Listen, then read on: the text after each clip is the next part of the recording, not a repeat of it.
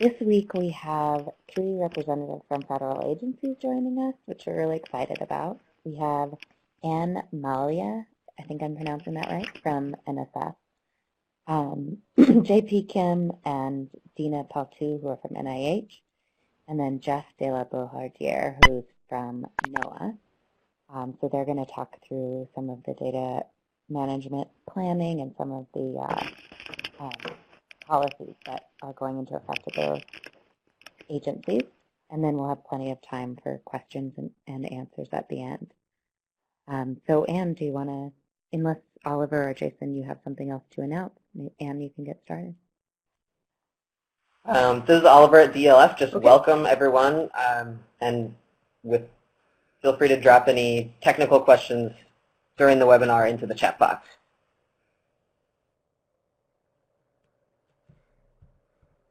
Great. So I will try to make this really brief. I made some slides just so that you have these as a reference, so I certainly won't read information on the slides to you. But basically, I just want to talk today a little bit about our data management and public access initiatives. And so these are the two fundamental things. A number of years ago, we started requiring data management plans as part of proposals, as a formalized part of NSF proposals, but that doesn't mean that previously in a number of solicitations we didn't include data management plans. So for example, I've been managing a program for 6 years where a data management plan has been a requirement for the proposals. It just wasn't a separate part. So for us, this was actually great because it gave the PIs a couple of extra pages. So it became formalized in our policies and awards, our proposal and award policies and procedure guide. And then another thing that came up recently last year is NSF published a public access plan. And so I'll talk a little bit about both of these today. So fundamentally, the data sharing policy really covers a lot of stuff: physical collections, data, software, code.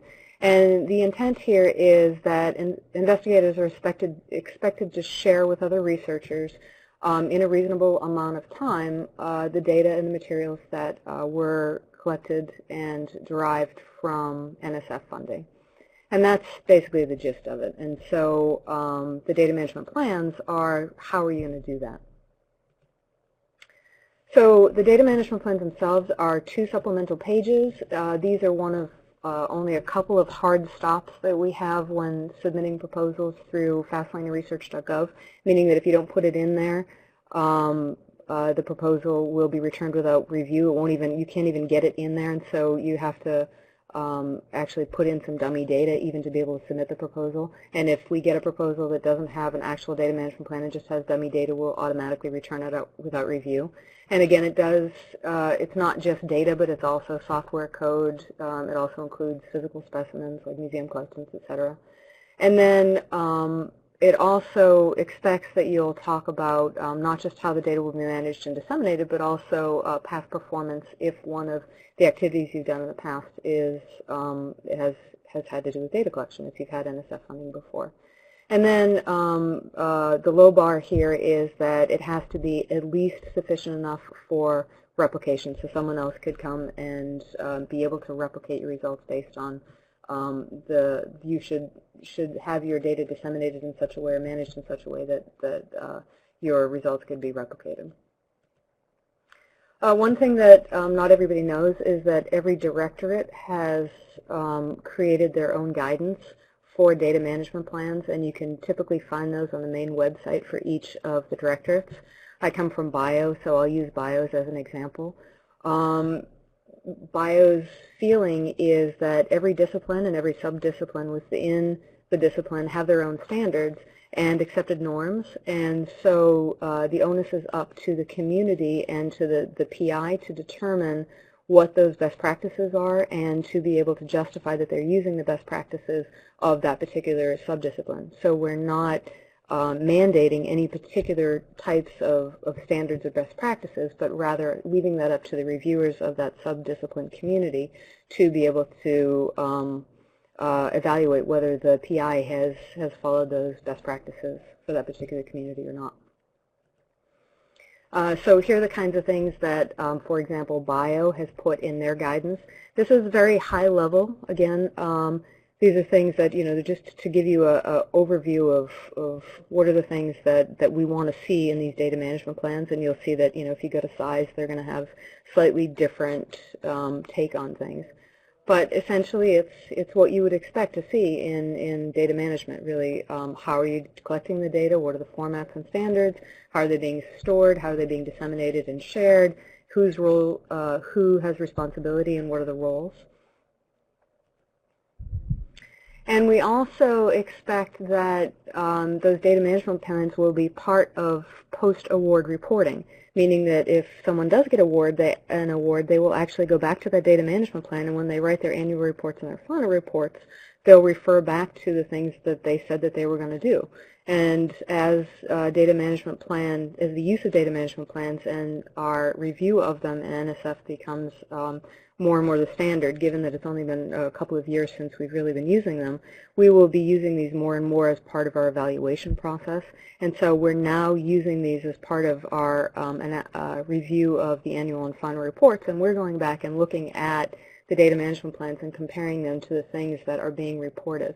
And in the future, we expect that results of prior NSF support will include how the data were managed and if those data are available. So I want to switch gears here a little, just so we have plenty of time for questions. I want to talk a little bit about NSF's public access plan. So this came out in March of last year, and there's a link to it down there. And essentially what this is it's allowing for public access to the results of NSF awards, meaning publications. But we want to do it in such a way that it minimizes the burden on PIs, and it also minimizes the burden on NSF. And so there's a large working group that came up with a strategy and have been implementing the strategy. And essentially it's embedding the public access to publications within our existing NSF workflows, meaning that it's leveraging things like eJacket and eResearch.gov and some other external services, including partnership with DOE.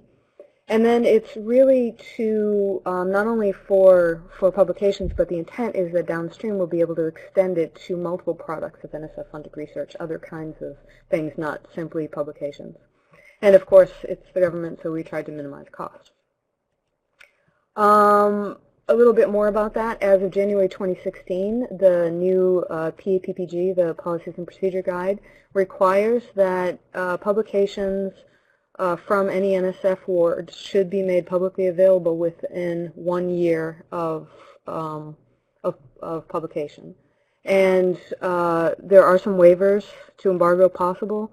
And it talks about that in the Policy and Procedures Guide. Basically, things like the data management plans, costs, data citations, all that stuff is the same. And then also in the public access plan, there is mention about community engagement, the use of identifiers, metadata, and standards. And so it's actually a surprisingly interesting read. It's actually quite a well put together document. And I would encourage you to go look at it. And I think at that I will stop so we can have time for questions, and I'm happy to answer more questions about either the data management plan or the public access plan when we have time for questions.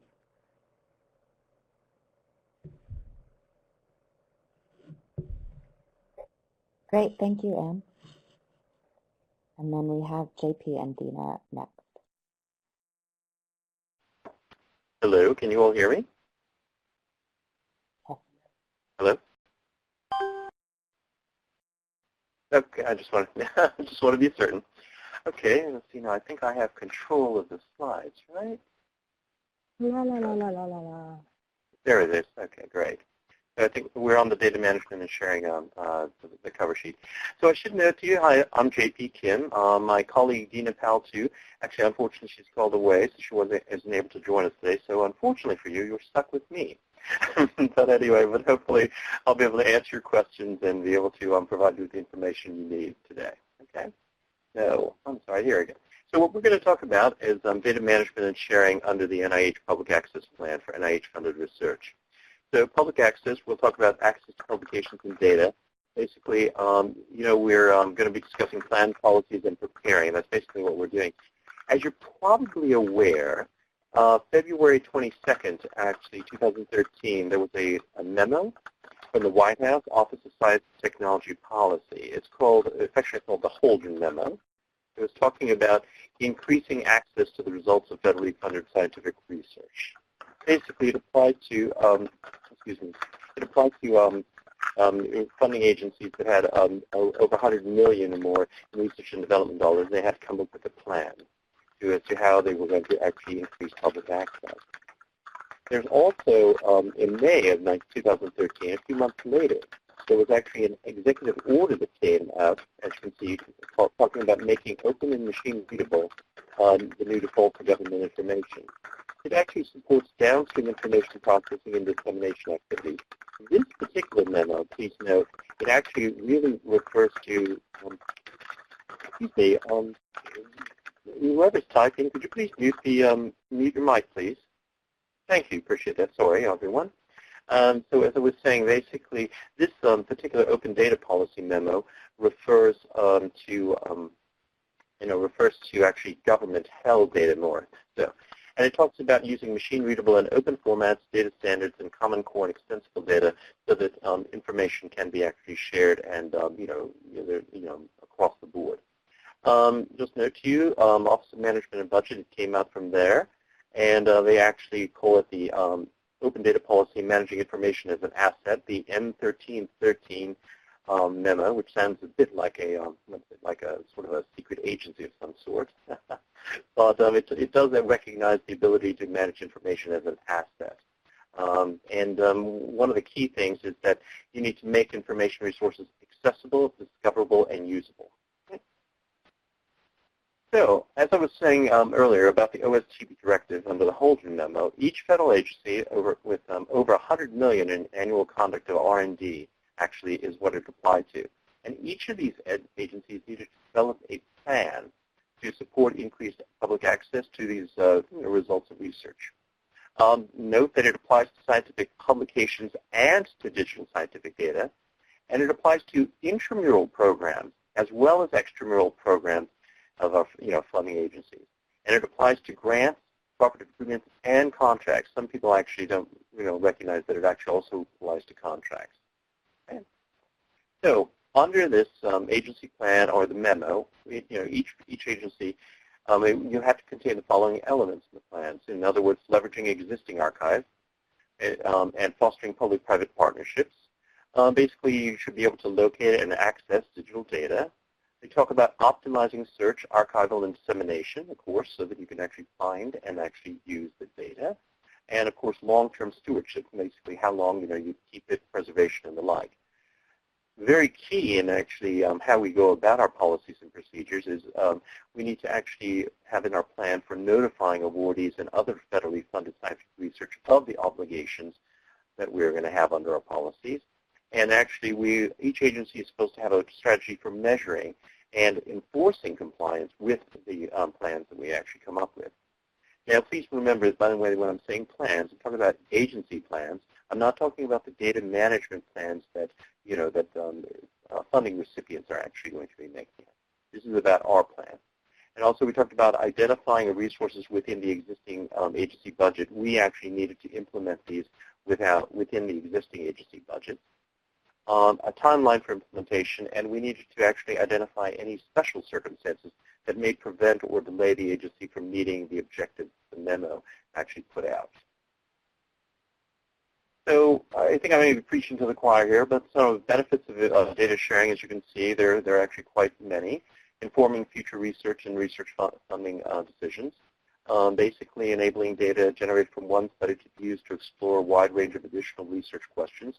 So, as I noted actually at one point, that basically there are a lot of synergies that could be achieved with data sharing.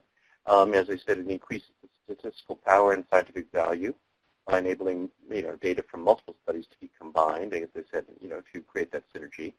It helps to promote reproducibility and validation of research results. Facilitates innovation of methods and tools, and meets the ethical obligation to human subjects that results in informed science, and increase access to data about marketed products. So, with respect to the NIH, we have a long-standing policy that the results and accomplishments of the activities that the NIH funds should be made available to the public. So PIs and recipient organizations expected to make those results and accomplishments available to the research community and to the public at large. That's sort of like an underlying or overarching policy that we have. There's also, as you probably see here, a culture of sharing. It's sort of, although we have the research tools policy in 1999, which talks about sharing of research resources, please note that, data sharing and resource sharing isn't actually something new as of 1999. As I said, it was a long-standing policy. But what happens is, as situations come up and you hear about non-sharing of research resources or particular ones, you come out with additional policies to actually help clarify, what is meant perhaps by things. So we came out with the data sharing policy, the model organism policy, GWAS, etc., and various policies. And the NIH public access policy, it came out in 2008, which you're probably aware of. And that one, as talks about published results of all research funded by NIH since 2005. Actually, this is what the public access policy applies to. And it says that recipients of NIH funds need to submit their final peer-reviewed journals to PubMed Central upon acceptance of publication, and they need to be accessible to the public on PMC no later than 12 months after publication. As you can see, it became a law in 2008. It was actually a policy in 2005, but it became a law in 2008.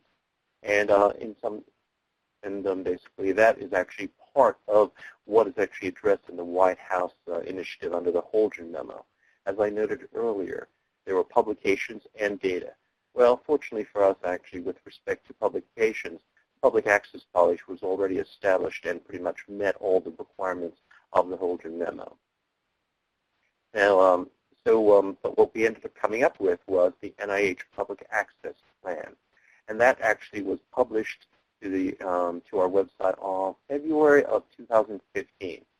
Now, what I should note to you is that this is the response to the administration, directives, and actually what happens is that this actually describes current policies and procedures and future considerations. Please note, it's actually a plan as to how we're moving forward. It's not a new policy unto itself.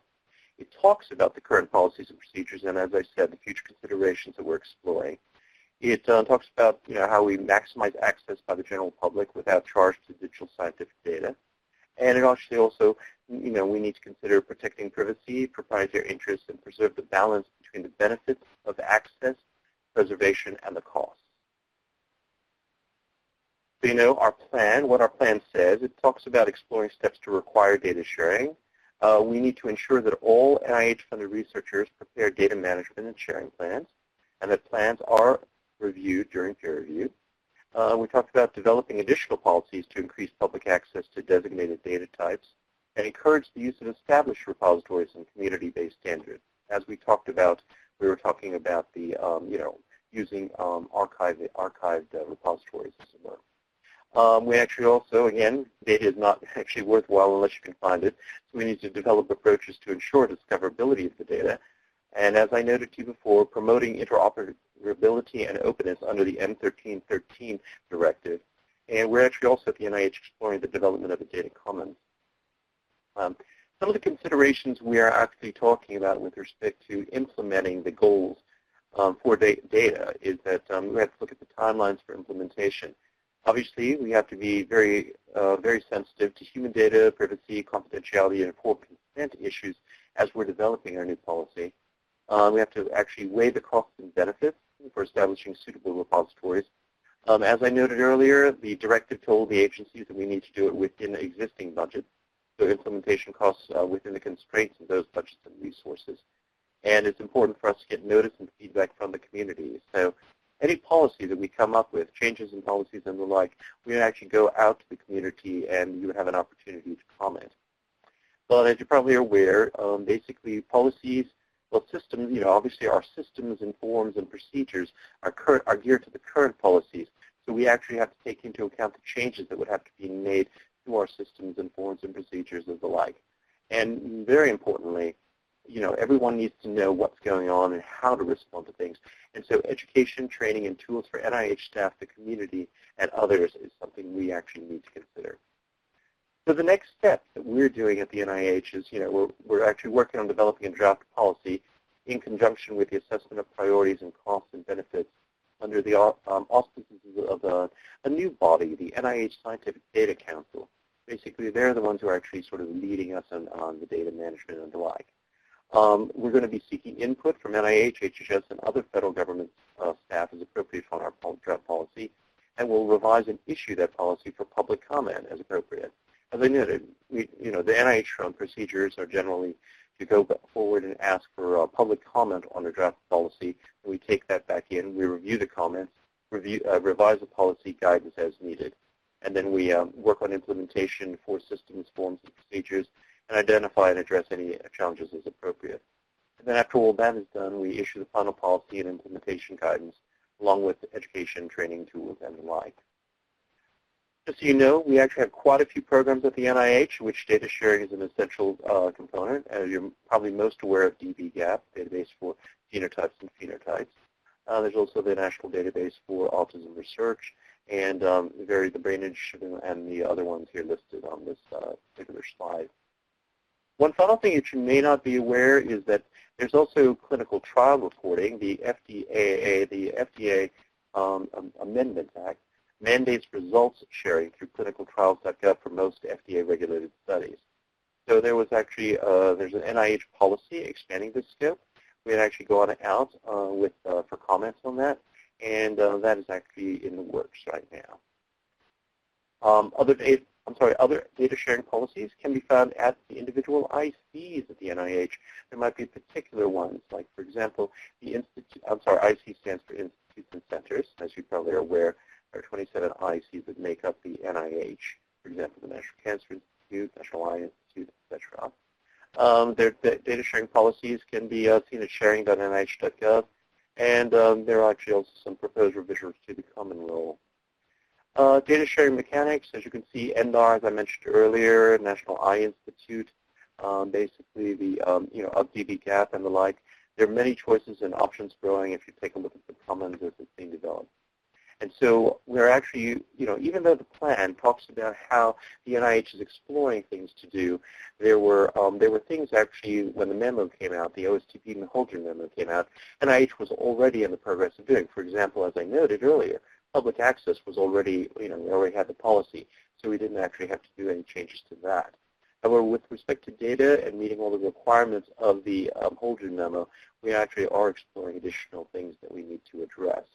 And so at this point in time, current policies and procedures are still in place, and we'll be working on the draft, and so you can keep your eye out on that, and we will be seeking comment from you all, in the development of the final policy. So keep your eye out on that, and just make sure you subscribe to the NIH guide, because that would actually be the best way to keep track of all the things that the NIH comes out to announce, right?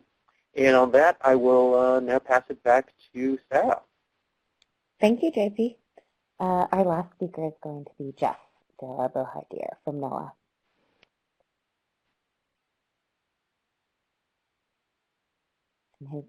Yes, hi. Can you hear me? Yes, can hear you. Great. And okay, there we go. I see my slide. All right. Yes, so I'm going to talk to you about open data from NOAA and its grantees, including some of our new requirements for grant proposers and recipients. I hope this is centered properly. I'm trying to scroll to the next screen there. So first, I want to point out that NOAA is definitely a big data agency. We have a number of satellites, radars, networks of buoys, tide gauges, numerical models, ships, aircraft, and extramurally funded data. This is huge volumes. We want all of those data, though, to be accessible to everybody. They cost a lot of money to collect. We can't replace them. We can't go back and recollect data after the moment has passed. Oftentimes we're the only one who collects a particular type of data. So these are all very important and unique. And the tagline kind of suggested by this diagram that we sometimes use is that the data go from the bottom of the sea to the surface of the sun, because we measure things in all those environments. But all of them, including the extramural data, are important data sets. So vision for NOAA data management for me and others, me and my job as the NOAA data management architect and as chair of our data management committee, is that all of our data should be discoverable, able to be easily found, should be accessible once you have found it, generally by online services in machine-readable formats. It should be usable because they're in a known format, they have good metadata, and also should be sent to our archive for preservations, long-term preservation. And by long-term, I mean a decades-long preservation. And we've been doing a good job of that for our own intramural data, the stuff we gather internally. We've been sharing data for well over a century, and there's long been a tradition of making it available, not always in a standard fashion. Sometimes it's more difficult to get to than others, but in theory, most of the data are publicly accessible in one way or another. So that's very good. As was mentioned earlier, we saw these White House initiatives in 2013.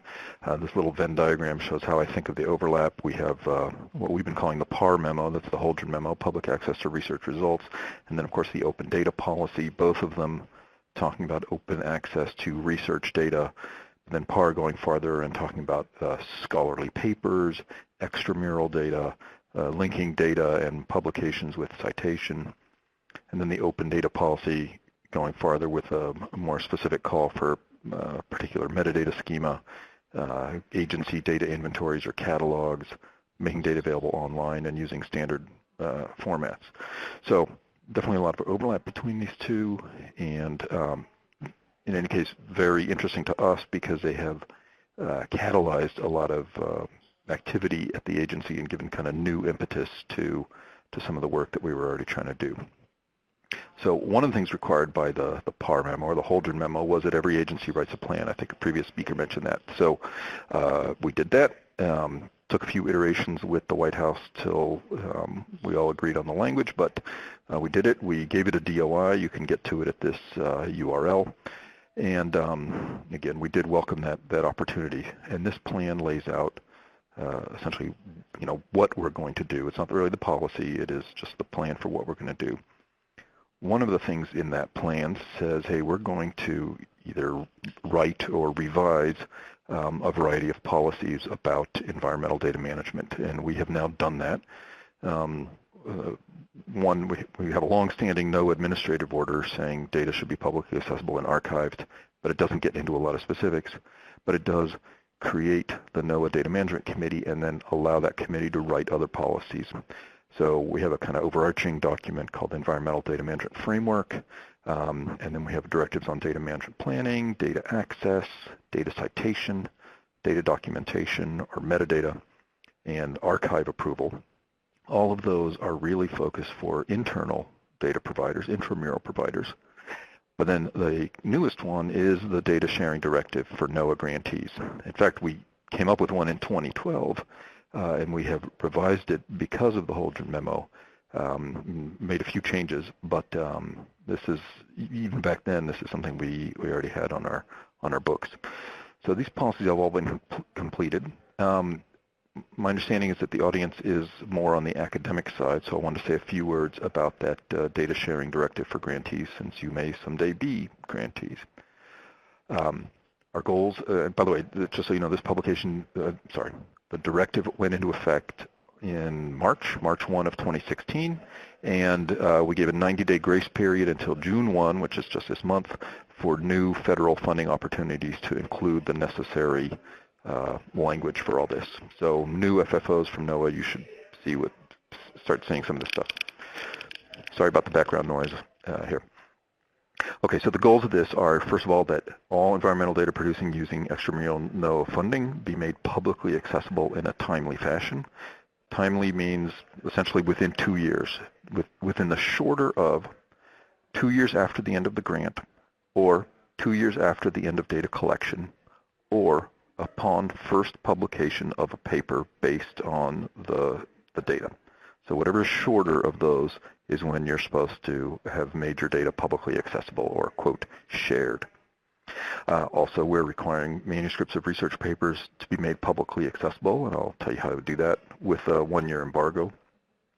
We're recommending, and it's a little bit hard to require sometimes, that data using to support the conclusions of peer-reviewed papers be cited. And then finally, that funding sources be acknowledged in a standardized fashion. So this little cartoon here kind of walks you through. Normally I'd animate this, but I'll just kind of walk you through. The actors are NOAA and researchers. And so NOAA in the upper left here issues a federal funding opportunity. Whoa, my eraser is on. Sorry, as I swipe over this, I'm erasing text. I'll try not to swipe over it. Issues a federal funding opportunity, and the new thing is we're asking those FFOs to go out with some data management guidance that would be written by the NOAA program that actually has the funds, telling prospective funding recipients the kinds of data management approaches we're thinking are appropriate for that particular grant opportunity. So researchers, they get the FFOs, they write a proposal, and the other key thing is they've got to include a data management plan. In our case, it's 2 pages. A big change from our previous version is that previously that was free form. Just 2 pages, tell us what you're going to do about data management. Now we have said make that plan responsive to the data management guidance that came out in the FFO. Or possibly, if you think you have a better approach, tell us what it is, but kind of justify that. So normally we expect most of those data management plans coming in to be responsive to the guidance. So if the researcher is lucky enough to get some funding, that's great. They're going to go then and start collecting data and writing some papers. And so what we're asking is that they make that data accessible, and I'll suggest some methods in a second. And then as they write papers, they cite the data with a DOI or a digital object identifier. They cite the source of the funding using this thing called FundRef, which is established by journal publishers as just a little bit of additional metadata that's gathered when you submit a paper, so that in a sort of standardized fashion we can trace back who provided the funding. And one very new thing for us, at least, is what we're asking is that the manuscripts of papers be deposited with NOAA. This is not an approval process. This just says when your paper has been accepted and you're sending the final peer-reviewed manuscript for publication, please also send us a copy. And we will put it in our library in something called the NOAA Institutional Repository. It will be hidden for a year, but even during that period, it will still link to the published version when available from the journal. And then after 1 year, it will continue to link to the published version, the version of record, but it will also make available the pre-publication manuscript for those who don't have a subscription to that journal. So we feel that this is going to satisfy the requirements of the PAR memo or the Holgen memo for grantee data. In the data management guidance that we're going to send out, we've got a few categories. It's not that difficult. Of course, somebody to contact at NOAA, the responsible official. Actually, for us, it's difficult. Nailing down sometimes who the right person is to be responsible can be sometimes challenging. But data accessibility, we will be trying to give you some guidance about how to make your data accessible, how to share your data. We've got a few suggestions that we'll make, which could depend on the grant itself or the federal funding opportunity. We may or may not include some technical recommendations. I kind of hope we do, telling people, hey, look, you're collecting data this type. Please make it in this format. Use this metadata standard. Maybe use this access method, whatever, so that it's we get a little bit more standardization instead of a lot of heterogeneity, which we have now. And then resources. The guidance may also say, for the purposes of this grant opportunity, you may or may not include data sharing costs. And the answer to that may actually depend on whether on what data access options we're recommending to you. If it's sort of something we're paying for, then no, you can't include costs in your budget. If it's something you're going to have to pay for, then of course you can include it. So what are some of those options? This is sort of in order of preference. The best would be if we can arrange for submission to our archives, what's called NCEI, the NOAA National Centers for Environmental Information. Long-term archive will guarantee your data are preserved essentially forever, and certainly for your lifetime and mine. And you know, that would be best. Not only does it preserve, but it also makes sure they're accessible. So that's good. However, we don't necessarily have the capacity to ingest all of the grantee data, especially very large data sets, or even to process many, many requests to submit small data sets from, you know, thousands of grantees per year. So NCEI is not always going to be the right solution. Second bullet, we might also ask you to submit data to a different NOAA facility or different NOAA server, which is not NCEI, but will still provide access. Maybe a particular program runs a data access service and says, just give it to us, we'll host it for you. Or third bullet, we could ask you to submit data to ICSU, International Council of Science, World Data System Facility. There's a bunch of these around the world. You could see the link at that URL. The NOAA facilities are among those, but there are other ones. And some scientific domains actually use a different World Data System Facility routinely for their data, and it would be appropriate to keep sending new data of that type there. We're starting to think about appropriate public data repositories, so the guidance might suggest use one of those. We're thinking now at NOAA and to some extent at an interagency level, which are appropriate data repositories. What are the criteria that they would have to satisfy? Which ones are good and usable? But some of the ones that are potentially listed here with no intent to really endorse are Dryad, Dataverse, Pangea, Acadus, and Merit that at least some communities are using to submit data to. Finally, you might submit data to a server that you already have at your own institution. Maybe your institution, you know, runs a data access service for the benefit of its researchers. That might be a good approach. The second worst approach, I think, would be to establish your own data hosting capability. So, you know, buy your own hardware, turn it on, web services, you know, install software, all that kind of stuff. I mean, it's not that it's great and it's fun, but it requires a lot of maintenance, requires money, might go away when the grant goes away, so it doesn't seem to us like the most permanent approach. And then finally, it's conceivable that a proposal would request permission not to make the data publicly accessible for good reason. Of course, you'd have to explain why, but the grant program officer does have the authority to grant that request if it's appropriate, although we do ask by policy that such permissions, such waivers be reported to the Data Management Committee so that we can kind of keep track of what's going on. So, a little word on compliance and tracking, and I think this is my last slide. An issue we've seen and others have pointed out is that the timeline for data sharing, this 2 years, is beyond the end of the grant funding often. So that's a little bit hard to enforce. So we're trying to discuss how do we do that enforcement. And personally, I'd like to incentivize self-reporting rather than enforcing to the extent that we can. So making it so that grant recipients can say, hey, I'm done, I shared my data, you can get them here, here's the URL. And when they write a new proposal, they can say, oh, by the way, I got a grant previously, I shared the data, see, it's over there, I told you about it, and the data are still there. So I think there should be incentives to self-reporting. You should get, you know, good marks, get brownie points for doing the right thing. But we will also be looking at past performance before awarding new funding, and in fact are trying to kind of update our proposal management system, seeing how we can do that so we can track that kind of past performance a little bit better. And then finally, we're asking grant programs to report metrics on, you know, whether people actually shared the data, did we check, was it there, did we grant any waivers, that kind of thing.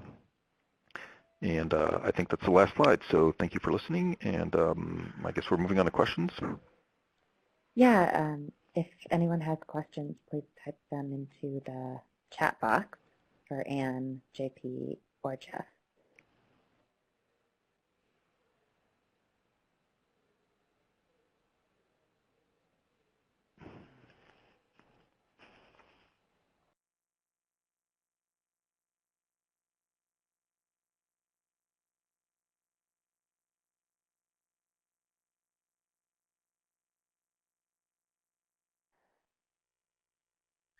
So we can see, this is Jason, multiple attendees are or typing.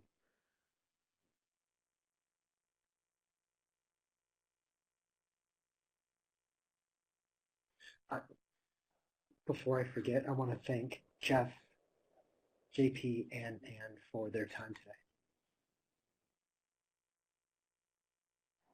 All right, so we have from University of Washington for Anne, are the materials from the implementation working group available somewhere? Go to that NSF public access plan that's up in the, let's see, I get the pointer here. Maybe? Can you get it there? It's up in the link is up there that Jason had put up. You should be able to get from there to the additional documentation that the public access group.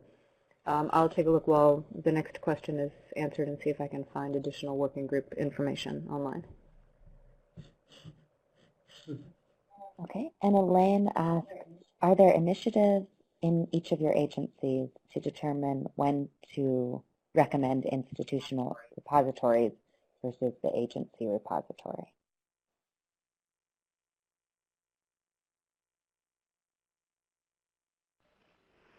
I can give my opinion on that, or not opinion, but the status for NOAA is there's not really an initiative. This is something we're starting to talk about and essentially doing on a case-by-case basis for a given grant announcement. And JP Kim here. With respect to the public access, there's that central repository for publications. With respect to data, it actually is something we're considering because obviously there are certain agency repositories for certain data types, but not necessarily repositories for every single data type.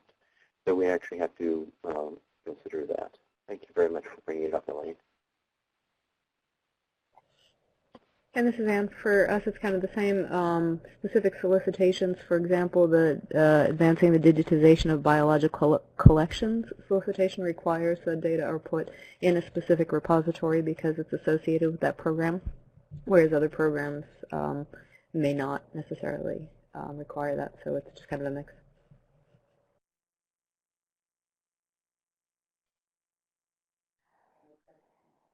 Noah, how do you get a DOI if you're hosting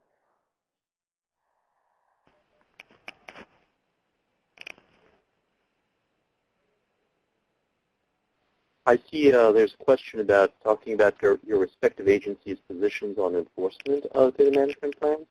And I'd like to just sort of say as a general comment that remember the OSDP or the Holdren memo actually required agencies to enforce and keep an eye on those plans. So so obviously we're looking at those things in that vein. With respect to how the NIH has done it, obviously it's like as I noted earlier, there are different data types. For example, the DB-GAP for genomic data under the genomic data policy. If data isn't actually shared as expected for for meeting the program goals, the program officers do actually contact the researcher and actually pursue that. And one other thing I'll note to you is that with respect to enforcing these things, remember, it's the institution, although PI, of course, is doing the research, but it's the institution that usually gets the grant.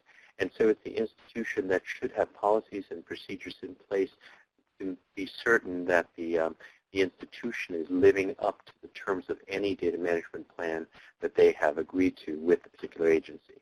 Now that, I'll be quiet now and let my other colleagues talk. Completely agree with everything that you just said. That's very similar for us. Can I chime in on the DOI question that was a little bit earlier? Yeah, yes, please. It's how do you get a DOI if you're hosting your own solution to provide access? From Penn. Go ahead. Yeah, the answer is you can get a NOAA DOI, i.e. with the NOAA DOI prefix 10.7289, only if the data are submitted to NCEI for archiving. If you don't submit them and you're hosting your own solution, then you would need to find another way to mint DOIs. I see somebody mentioned down below EasyID. In fact, that's what we're using. We have a sort of annual license that lets us mint as many DOIs as we want. So it works. And I don't know if one person can just get one DOI. It's probably better to partner with somebody or have your institution become a member of EasyID. And then regarding the enforcement, yeah, that's, as I mentioned, an issue that we're starting to think about how to do that enforcement.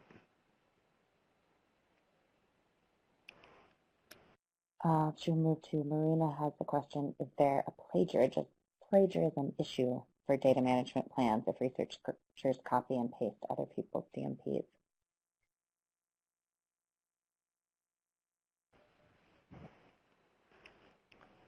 I'd be glad to chime in on that. This is Jeff DLB. I haven't heard that question before. It's a great one. I think no. I think on the contrary, the more the data management can be similar, the better.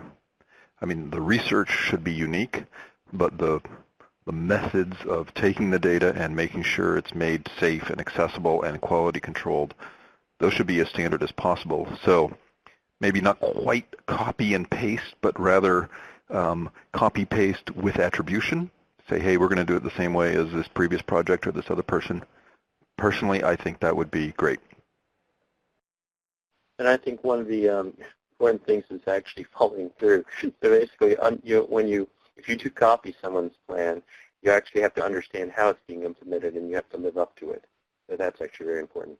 One other thing I would note to you, as a side note, is that there, across the agencies, the White House Office of Science and Technology Policy, they are coordinating such that our agencies are meeting on a regular basis to try to harmonize and talk about harmonizing, I should say, how we do the data management plan, so that basically the community, will be able to actually consistently respond to data management plans across the agencies. Okay. Anne, anything to chime in?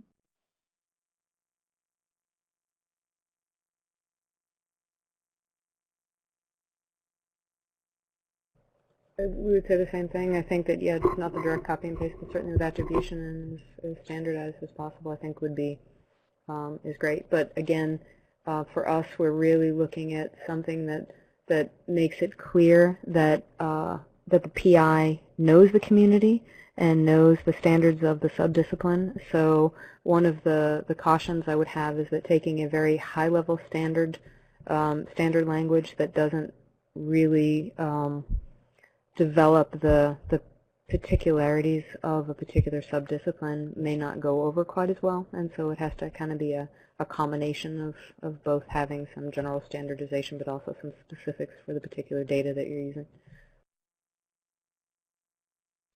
I see that Iowa State has said if the DMP isn't publicly accessible, it's hard to cite them. Do any of you know of initiatives to make data management plans public? Or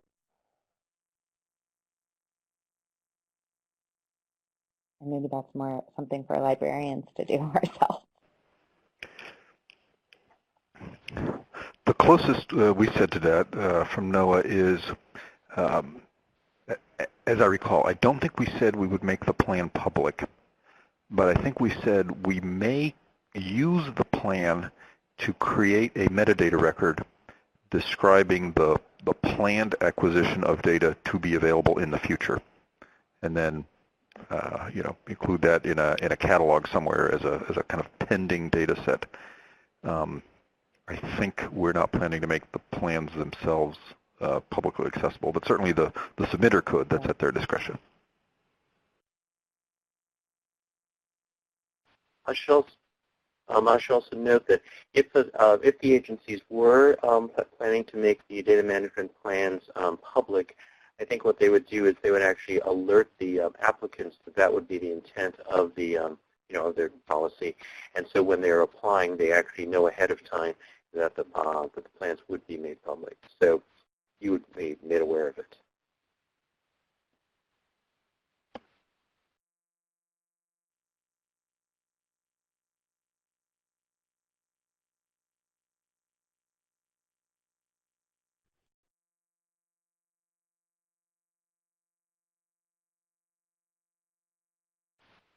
By the way, I see the University of Washington is talking about the DMP tool. Is that the one out of California?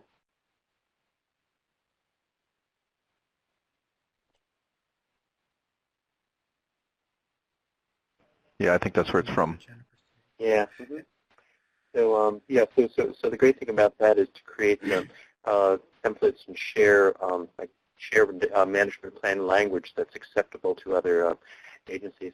I mean, one of the great things about, by the way, with respect to the NIH, historically we've actually provided sample plans or example plans on our website, and so people have used that. We found actually that most researchers will maybe put these off at the last minute and then basically frantically try to find some sort of acceptable language for a plan. And so they'll go find the template language or the sample language and then, plug and play in it and use that. And so the DMP tool, from what I understand, I guess it's actually a little bit more customized to the particular research. And so from that standpoint, sharing of template language is, again, it's really beneficial for the agencies as well as the community to have that standard.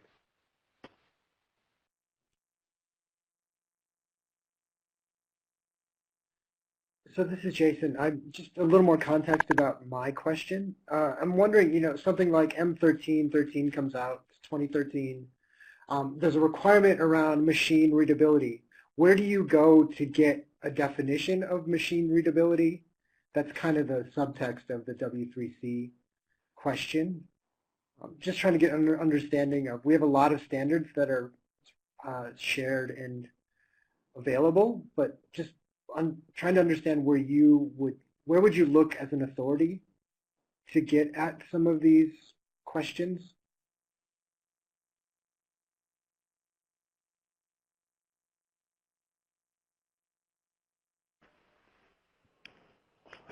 So our approach at NOAA, since we have mostly geospatial data, is to look at standards bodies like the Open Geospatial Consortium, the ISO Technical Committee on Geographic Information, TC211, Unidata, organizations like that that have developed standard and widely used formats, and to recommend those.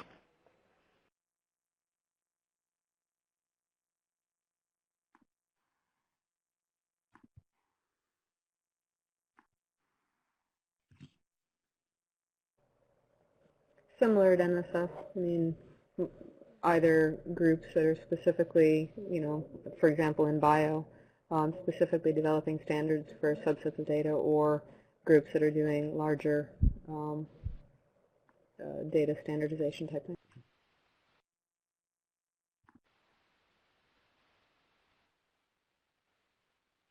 You may also, I'm sorry, JP here. You may also actually, I think data.gov may actually talk about a little bit more about, what machine readable is. So that might be a good source for you. And, since the OSTP, I'm sorry, the Open Data Policy Memo, we can actually try to find out more from ONB if you'd like to, if you'd like us to actually research that. I'd certainly be able to do that if you just send me an email.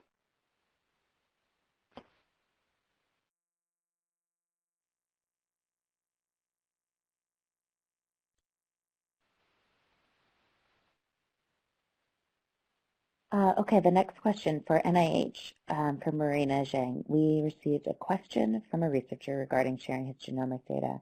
Will NCBI take any data which partly contain original data from NCBI, but also new data? I'm sorry, a second. Let me read this. Will NCBI take any data which partly contains original data from NCBI, but adds new data? Is that what you're saying? So you're redepositing data that was already in the DB gap?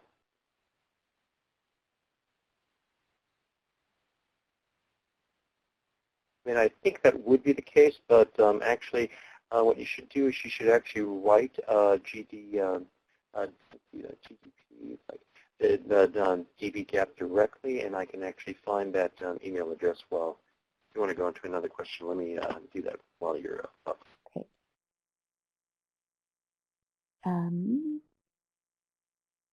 See, Jason asks, Are there strategic data-rich grant program initiatives within each of your institutions, like the Big Data to Knowledge from NIH?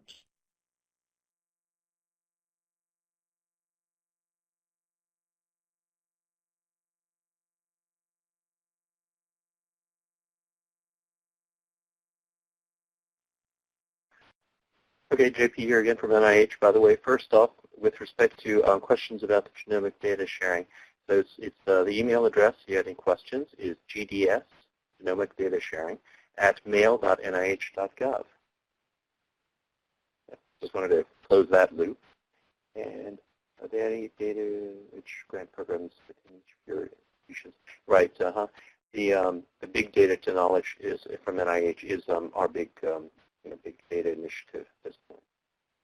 And of course, we've always pushed for the I should say always, but in the 2000s we've been pushing for the sharing of genomic data under our GDS policy. And as I noted, we have lots of different, we have quite a number of different data sharing policies at the NIH that actually were pre-existing or coexisting with the OSTP memo, and so those have actually continued to go forward. But I think the BD2K and the GDS policy are probably the largest at this point. Okay. From NOAA, I can't think of a grant program right now that is, at once huge and data rich. I mean, obviously there are some grant programs that focus on data collection, but in terms of richness, if that means size, we do have this big data project, NOAA Big Data Project, involving cloud providers, Amazon, Google, IBM, Microsoft, Open Commons Consortium, but we're at the moment just making available to them copies of our existing intramural data. It's not really a grant program. But I think it would be interesting to have a little grant program to allow people to have computing time on those cloud resources and do something interesting with the data. But that's not something that's happening. It's just something I'd like to see happen someday. So our last question will be for Jeff. It says, does NOAA have a discovery system for external access to research data?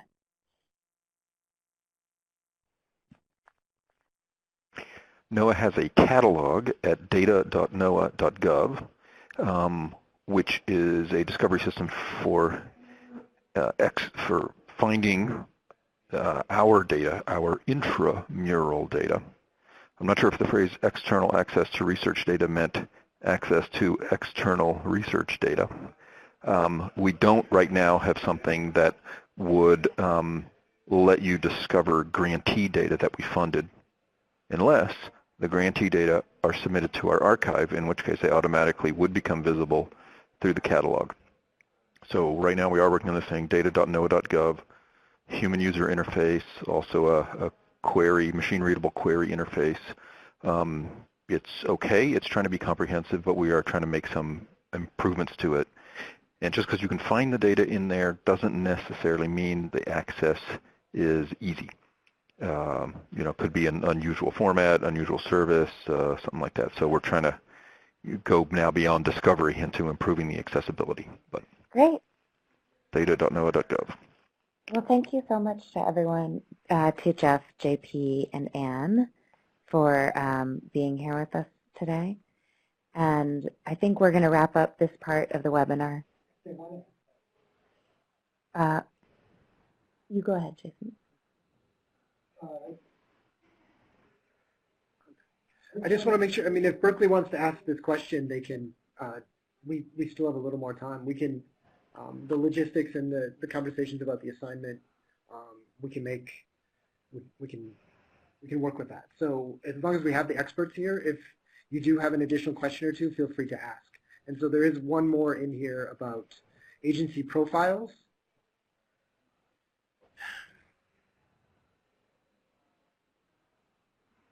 From UC Berkeley.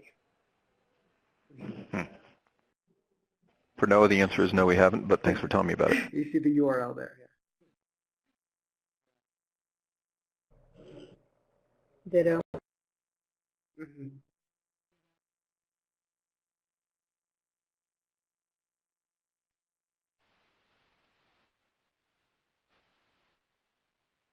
like Drexel is typing.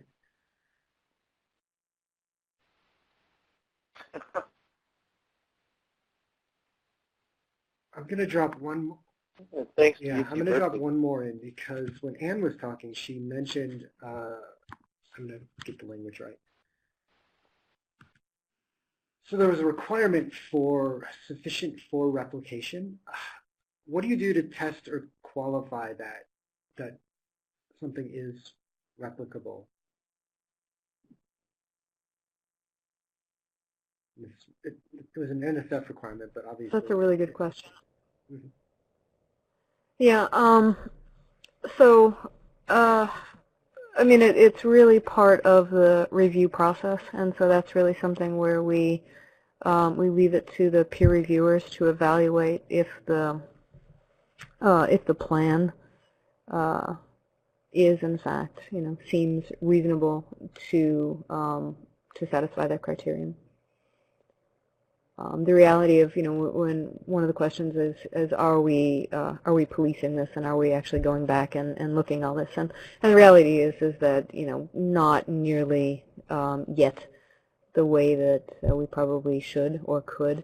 And I think that this is another one where having the reviewers really think hard about is the data management plan sufficient for replication is probably, when you're looking at a 15-page proposal with 2 pages, it's one of those things where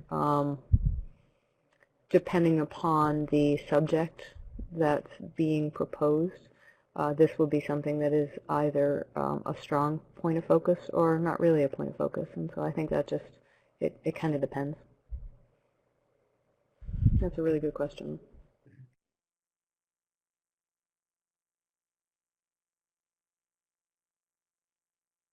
Looks like Jeff picked up the other question in the thread about the NOAA metadata in the catalog and harvesting.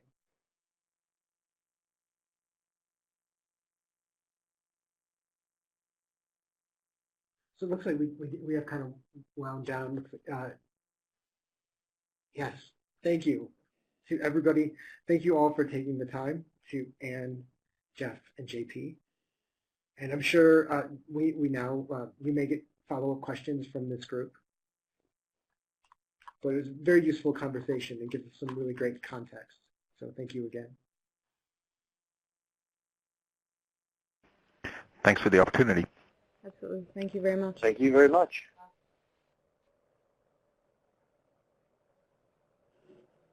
Thank you. And so the members of the eResearch network will stay on and talk through the assignment from this week and some logistics for next week. So Oliver, I'm going to try a screen share once you feel.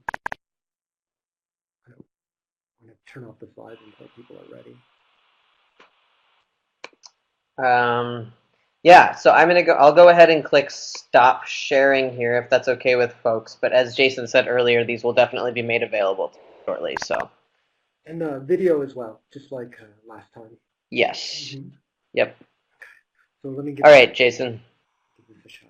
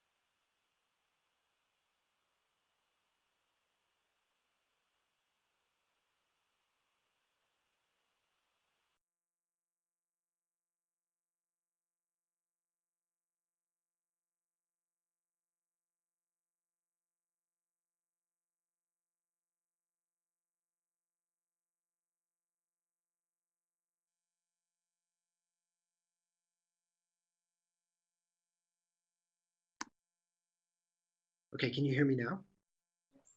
Awesome. Yep. Okay, pretty clear. Not too bad. Yes. Okay. So what you should see, I'm going to show you the OSF. So I want to provide some clarity to the actual, just make sure people felt like they knew where the points in the class were, because we have a number of areas and ways to get at information. So it's probably best to think of home base inside of the OSF instance, which I'm showing right now, because there all of our stuff is collated, collected, and available. So things like the Google Drive where you're depositing your assignments, the actual GitHub, the various pieces of GitHub, the versions of our syllabus and our assignment directions, those are there as well. So I'm just hoping that that provides a little more.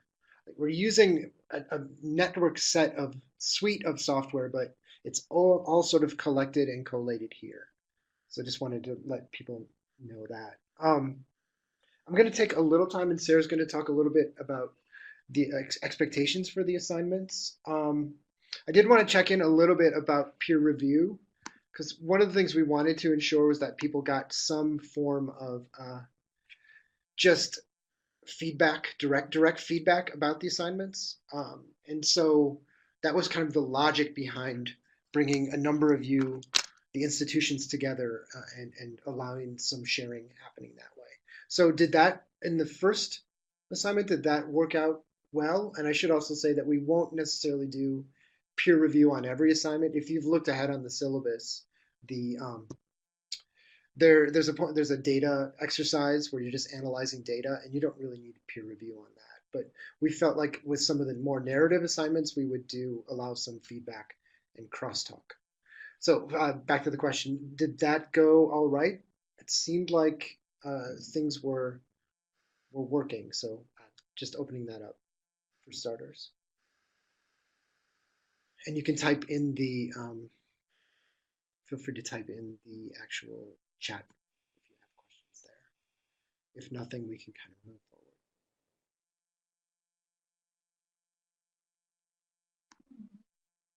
forward. What? Oh, I'm looking at it too.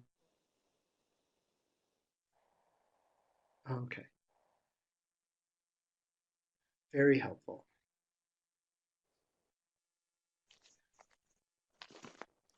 Yeah, and I think I'm going to highlight just a couple of the assignments, because I think Sarah and I were really impressed by the work. So it's sort of a celebration, and really all of them were very good. And if you haven't had a chance, just as a resource in thinking through what you might do as an assignment or in a literacy practice, data literacy practice, and or a roadshow, these are wonderful resources. So browse around in that assignment folder even after the class. And hopefully going forward, it'll become a resource, a more open resource as well. Yeah, I guess we wanted to get your feedback about whether it would be okay for us to share all of these assignments either via the DLF wiki or through another venue. Because, yeah, Jason and I were looking at them and thought, oh, great idea, great idea. It'd be great for these lesson plans and roadshows to be shared so that data librarians everywhere could take a look and learn from them. Mm-hmm. Yeah, with CC BY, that's a great idea. So what you're going to see me now is I'm dropping into, not there. One of the assignments I just wanted to pull up was actually Middlebury's, because they had cookies. Beyond that, let me just see if I can find it. Here it is. Hold on. Beyond cookies, though, we had I'm going to look at it on Google Drive. What we particularly liked is obviously they defined the audience very clearly, and so we had an idea of how you might talk and build outcomes for this audience. But there were 3 different assignments. There's kind of an intro, the horror story idea, what happened to your data, also a life cycle idea. Just I know that those of us in this room are very familiar with that particular graphic, and we make jokes about it, but in an introductory setting that can be really valuable, especially connecting it to a life cycle. That metaphor works really well. People have seen the biological life cycle. then the cookie was the outcome too. So I'm not going to run through all of this, but if you do have a chance, please take a look at all of the assignments. This one we just wanted to bring forward as well.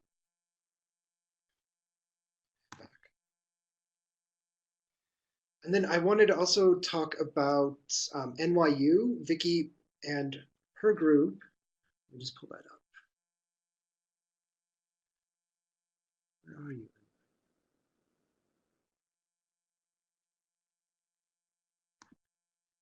Let's see if it renders.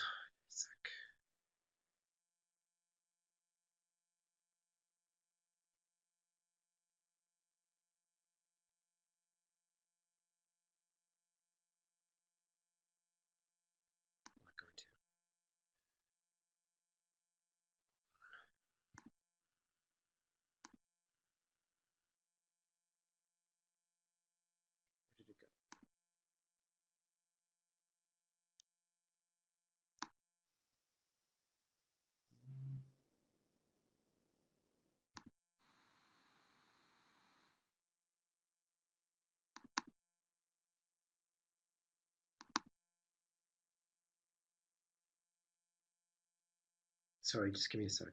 I couldn't get to it from there. There's the one. So Vicky, Nick, and Fred put together. What we particularly took attention or noticed here was the idea of obviously there's a sort of traditional roadshow and what you need to do. This one actually took the assignment the um, into the roadshow, or it felt like it was an opportunity to actually promote what data, how to use data, what research data is. But then they also tied it to various kind of automated routines, the importance of table of contents, what a README is. So take a look at this one as well, because it was also really valuable. Again, all of them were very good. I just thought I'd call attention to these two in particular. So I hope I got to keep looking at the screen because I remind myself the microphone is in front of me, not behind me where Sarah is. Sorry about that.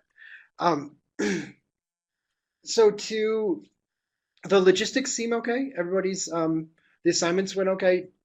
Any other feedback you wanted to, or something else you wanted to pull into view during this time? We can do that. Did anybody else have a different featured assignment that they wanted to speak to?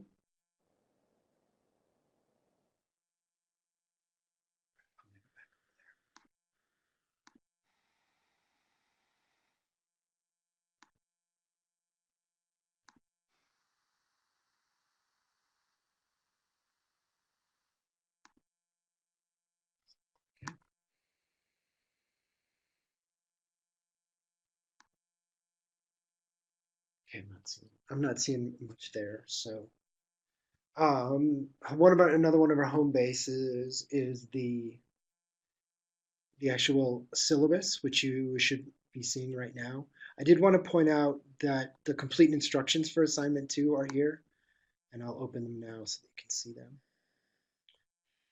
Should be some clarity on how to submit the assignment. And then Sarah, adapting from Jenny Muhlenberg and our University of Washington cohort is bringing this assignment forward for assignment 2. Yeah, thanks to Jenny and her colleague Mariah LeBeau for letting me use this. It was a great activity we did during eScience Boot Camp a couple of years ago. And I also want, maybe now is a good time to say, these assignments are meant to help you with your work. And so I noticed, like, for example, Claremont Libraries adapted the lesson plan last week or last month so that the lesson was focused on librarians in their institution because that was where they wanted to direct their instruction efforts. And so the same thing is true with all of the assignments. Adapt them as you like in order to make them the most helpful for you in your work.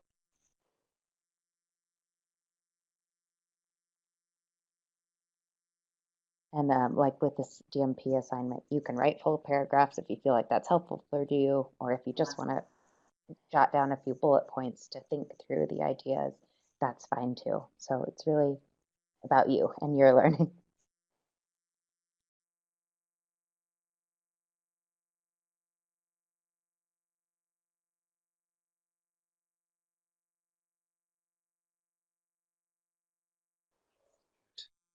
So did we answer Aaron, Megan, and Toby's question? Are all the sessions going to have readings and speakers, or will there be lessons for some of the topics as well?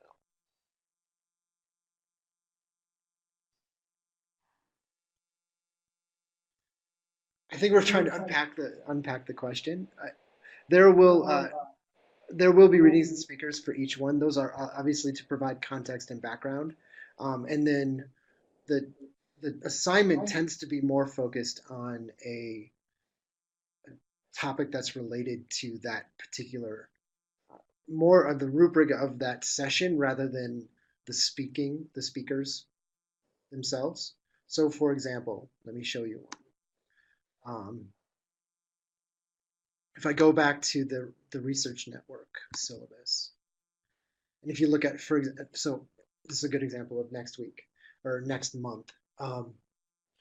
There's a set of readings around what is digital humanities, digital scholarship, the computational turn, and that sort of those sort of things. The exercise itself is more focused on how do you project plan for a DH or a digital scholarship project.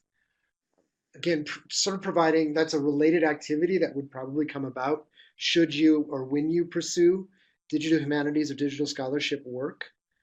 So what we tried to do is find some kind of task or exercise that will be common to the actual topic that we're hearing about and we're reading about. Does that sort of answer the question?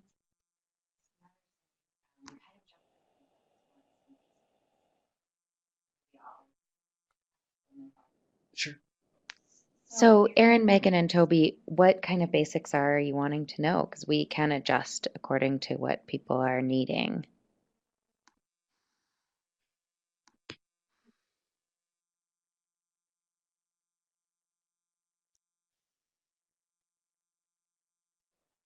Mm-hmm.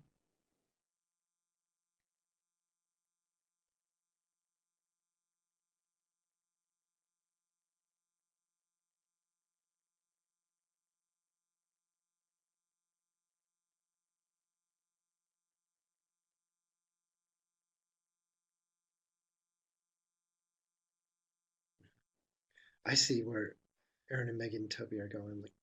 So what you're asking for is a little more integration potentially. Um, we were seeing them more as background readings, but if you wanted to bring a question forward, we would happily discuss it. There's always a little bit of logistics and maybe some celebration of an assignment that was finished.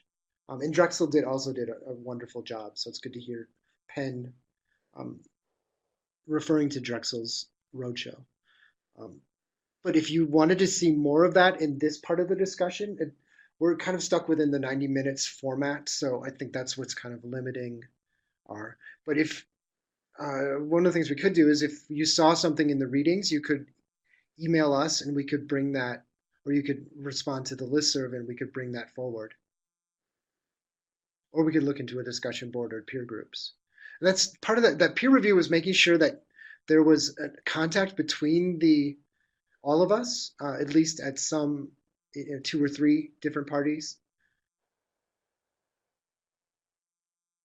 So Aaron and Megan and Toby, we can look at more of that as well.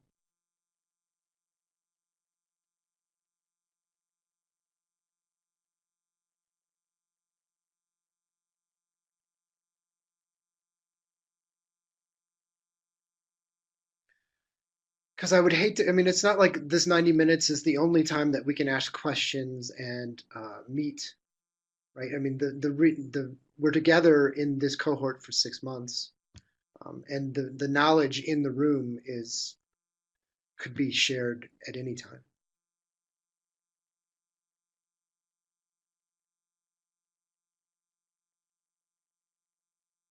Okay.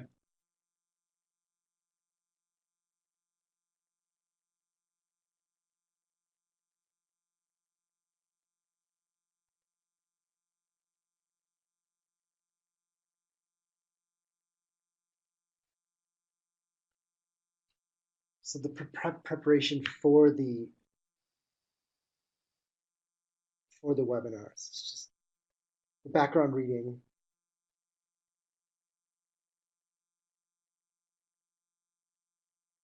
You could look up some information about the speakers, but there's not an expectation that you would come to this. And really, I think part of what we're working through is this has never been designed as a course with a syllabus. It was always probably more of a presentation format,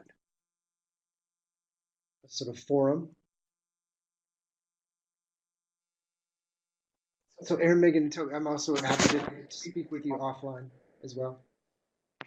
Yeah, I think we could either make an online place to share it. We could also dedicate part of one of the webinars to sort of a sharing of where we are. A Slack channel, good idea. Slack channel. Mm-hmm.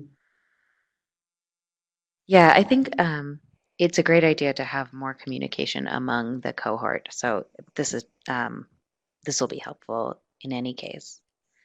So Jason and I will talk through some potential tools to use, and then we'll get in touch. Mm-hmm.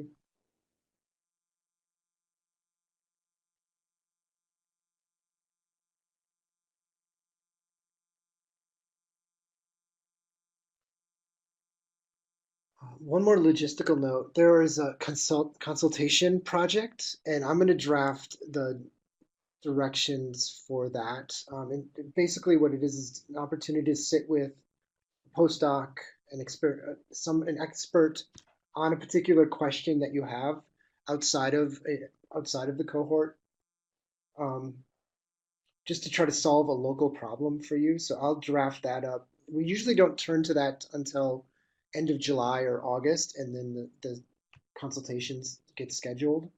But just mentioning it here so that we have it, are aware of it. Again, I'll draft this week the fuller explanation.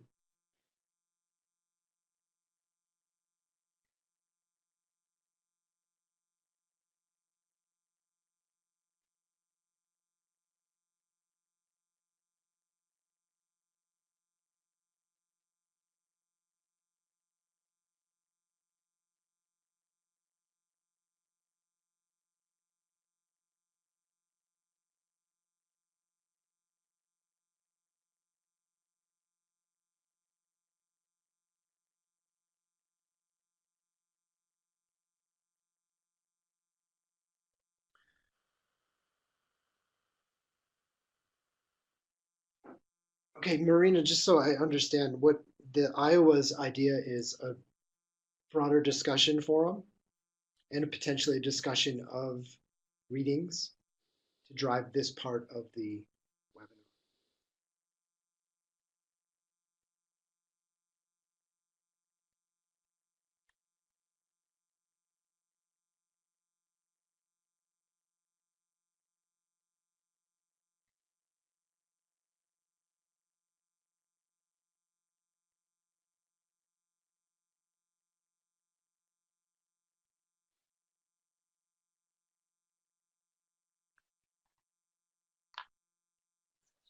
Yeah. Mm-hmm. Okay, perfect. We're at 12:58. You're welcome to, we'll probably be closing the room, Oliver, in a few. But if people have other questions, feel free to reach out to Sarah and I, or we'll get this discussion forum up so that we can start to share expertise even between the monthly meetings. And just a quick note on the sharing the assignment from this week. If you're not feel like you're not ready to share it with the CC BY license, just email me and Jason, and we'll exclude your assignment from the wiki for now.